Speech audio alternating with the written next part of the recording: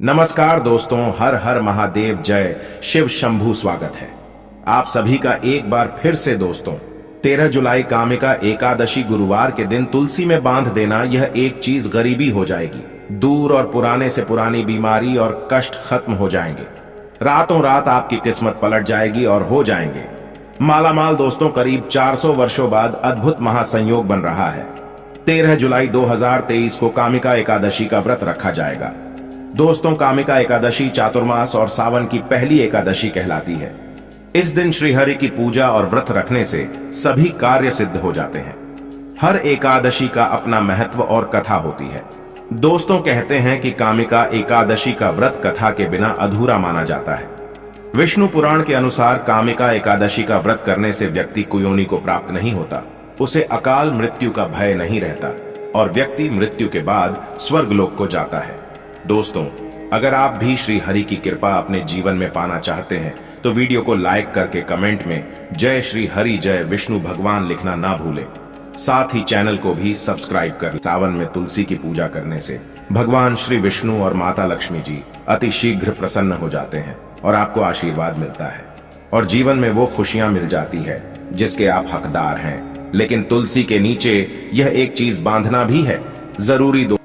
दोस्तों, तुलसी का पौधा घर में होना परिवार के प्रत्येक सदस्य के लिए लाभकारी होता है। यह पौधा हर प्रकार से उपयोगी होता है। पुराणों के अनुसार तुलसी में देवी लक्ष्मी जी का वास होता है और नियमित रूप से इस पौधे की पूजा करने से लाभ भी अवश्य मिलता है।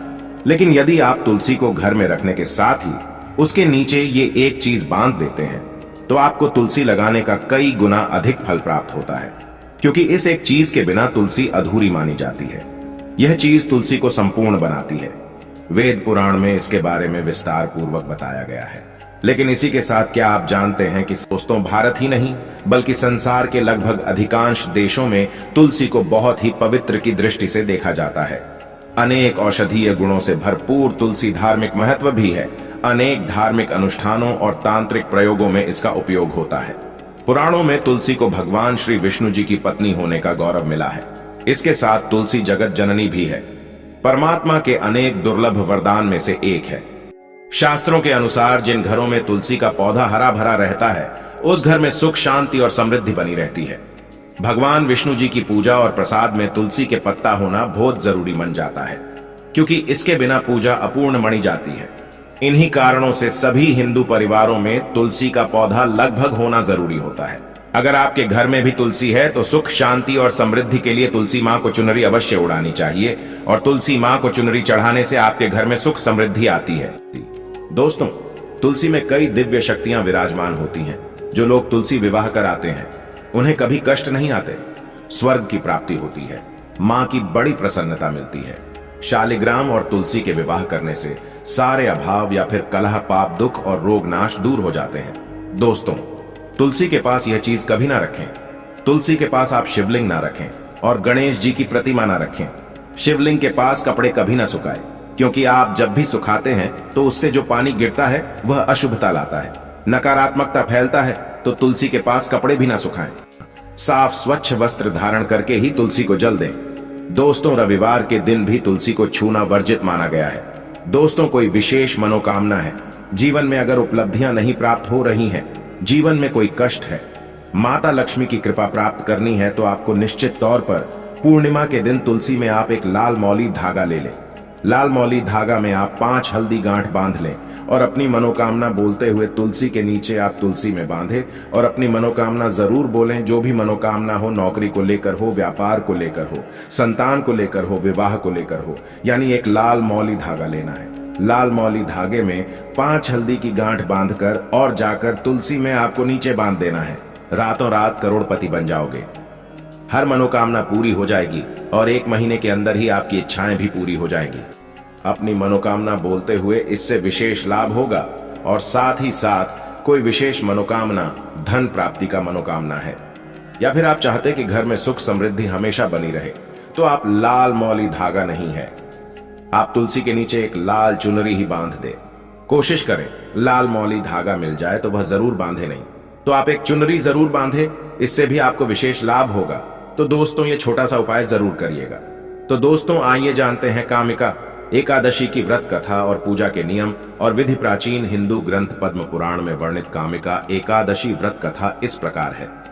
युधिष्ठिर ने पूछा, हे गोविंद, कृपया हमें श्रावण के कृष्ण पक्ष में पड़ने वाली एकादशी का नाम बताएं। श्री कृष्ण ने उत्तर दिया, हे राजन, सुनो, मैं तुम्हें पापों को दूर करने वाला वह वृत्तांत सुनाऊंगा जो ब्रह्मा ने पहले नारद से पूछा था जब उन्होंने इसके बारे में पूछा था। नारद ने कहा, हे कमलासन भगवान, मैं आपसे श्रावण के कृष्ण पक्ष में आने वाली एकादशी का नाम, उसके इष्ट देव, उसके पालन की विधि और उसके धार्मिक महत्व को सुनना चाहता हूं। कृपया मुझे इन मामलों पर प्रकाश डालें। इस दिन कृष्ण की पूजा करने से जो फल प्राप्त होता है वह गंगा स्नान करने या काशी, नैमिषारण्य या पुष्कर जाने से नहीं मिलता है।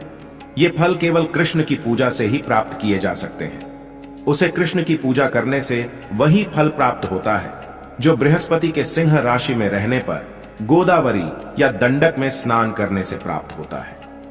जो व्यक्ति सोना, तालाब और चांदी सहित भूमि का दान करता है और जो व्यक्ति कामिका एकादशी का व्रत करता है, दोनों को समान फल प्राप्त होता है। श्रावण में भगवान विष्णु की पूजा करना गंधर्वों, उर्घों और पन्नगों के साथ साथ देवताओं की पूजा के बराबर माना जाता है।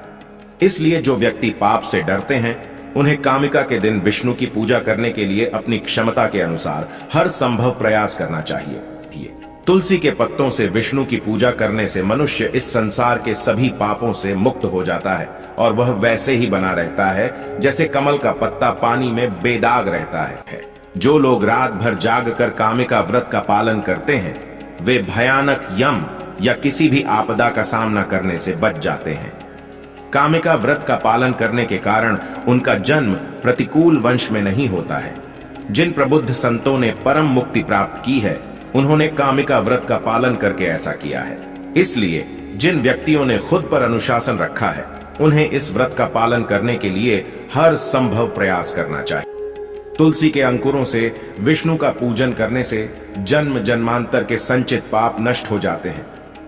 तुलसी को मेरा नमस्कार, जिनके दर्शन से सारे पाप नष्ट हो जाते हैं, जिनके स्पर्श से शरीर शुद्ध हो जाता है, जिनके नमस्कार से रोग दूर हो जाते हैं, जिनके छिड़काव से यम भयभीत हो जाते हैं, जिनकी उपस्थिति से भगवान कृष्ण का सामीप्य मिलता है और जिनके चरणों में रहने से तुरंत मुक्ति मिलती है। यहां तक कि चित्रगुप्त भी उस व्यक्ति द्वारा प्राप्त धार्मिक पुण्य की सीमा को नहीं समझ सकते हैं जो विष्णु को समर्पित दिन पर दिन रात जलने के लिए दीपक प्रदान करता है। तुलसी के पत्ते से विष्णु की पूजा करने से एक माप सोना या चौगुनी चांदी चढ़ाने के समान फल प्राप्त होता है। विष्णु रत्न, मोती, लापीस लाजुली और मूंगे के प्रसाद की तुलना में तुलसी के पत्तों से अधिक प्रसन्न होते हैं। जिसका दीपक विष्णु के सामने जलता है, ऐसे व्यक्ति के मृत पूर्वज स्वर्ग में निवास करते हैं और अमृत से तृप्त होते हैं। घी या तिल के तेल का दीपक जलाने से मनुष्य को 100 करोड़ दीपकों का सम्मान प्राप्त होता है और वह सूर्य के लोक में पहुंच जाता है। ये है कामिका व्रत के महत्व। इसे व्यक्तियों को अवश्य मानना चाहिए क्योंकि यह सभी पापों को दूर कर देता है, जिसमें ब्राह्मण की हत्या या गर्भपात कराने के पाप भी शामिल हैं। इस व्रत को करने वालों को विष्णु लोक की प्राप्ति होती है और महान धार्मिक पुण्य प्राप्त होता है। जो लोग श्रद्धा रखते हैं और इस व्रत के महात्म्य को सुनते हैं वे विष्णु लोक को प्राप्त होंगे और सभी पापों से मुक्त हो जाएंगे। कामिका एकादशी के दिन भक्तों को पूरे उत्साह और भक्ति के साथ भगवान विष्णु की पूजा करनी चाहिए। लोग जल्दी उठते हैं और तुलसी के पत्तों, फूलों, फलों और तिलों से भगवान की पूजा की जाती है।